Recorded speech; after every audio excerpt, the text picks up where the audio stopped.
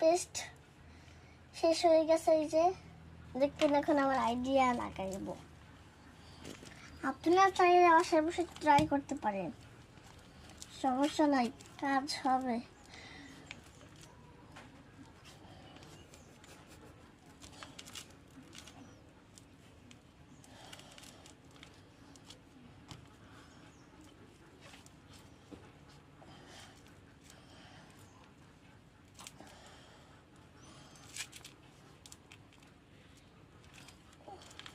এই যে পেস্ট,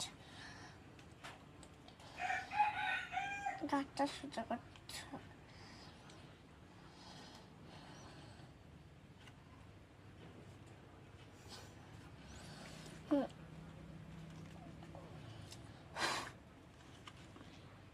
এই যে দেখেছেন।